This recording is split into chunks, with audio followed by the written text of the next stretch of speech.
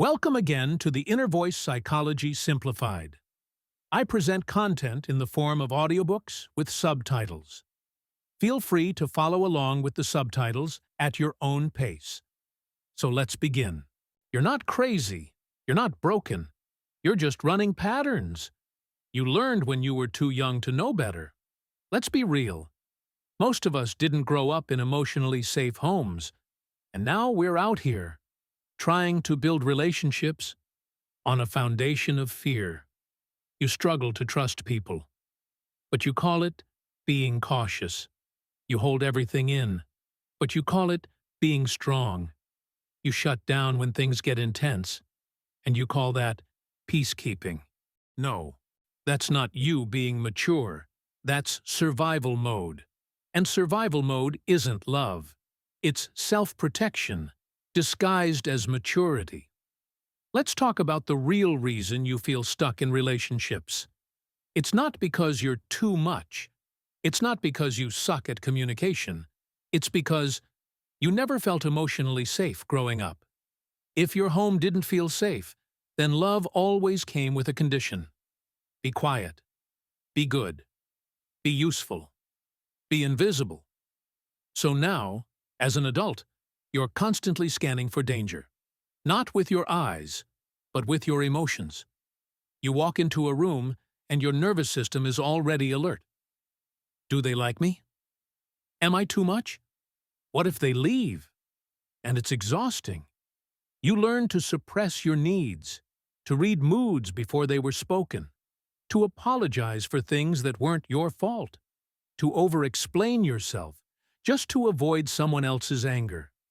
And now, that same pattern runs your relationships. You don't feel safe being honest. You flinch at conflict. You either shut down or overcompensate. You call it being loyal. But deep down, it's fear. You want to feel close to someone, but not too close.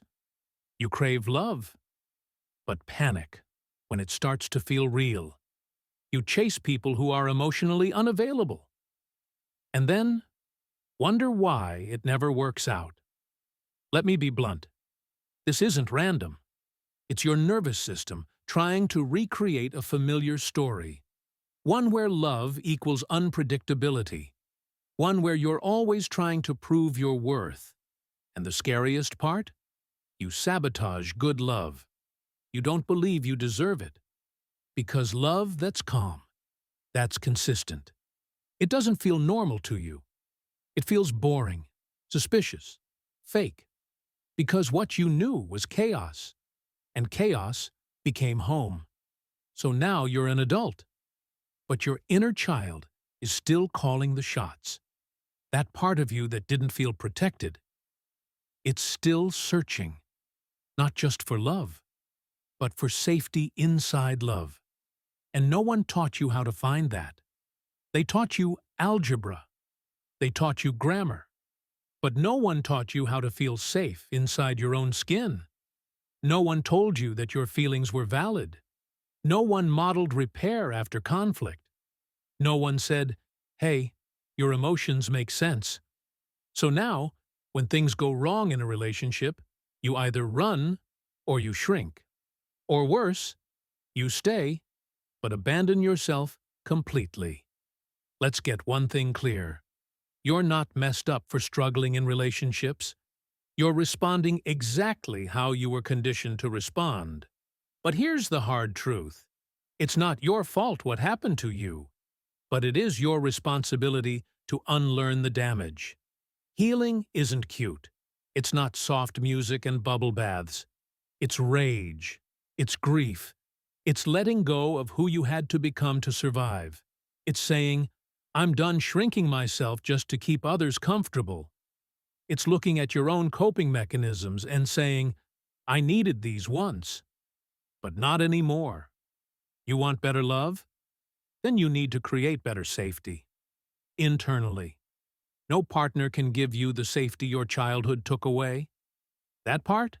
That's yours to rebuild. You need to become the adult you never had, the one who protects you, affirms you, sets boundaries for you, You need to learn how to sit with discomfort without numbing out, to have hard conversations without spiraling into panic. You need to learn how to trust, slowly, not blindly, but deeply.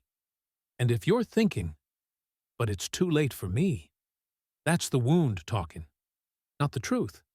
It's never too late to rewire how you relate, but it does take honesty, work, and a willingness to disappoint others. So you can finally stop disappointing yourself. Let's stop glamorizing survival mode. Let's stop confusing trauma bonds for deep connections. Let's stop blaming ourselves for wounds that were never ours to carry. You didn't choose your childhood, but you get to choose your healing. You don't have to be perfect in relationships. You just have to be real, present, and willing. This work isn't about fixing yourself. You were never broken. It's about remembering you've always been worthy of love. That didn't hurt.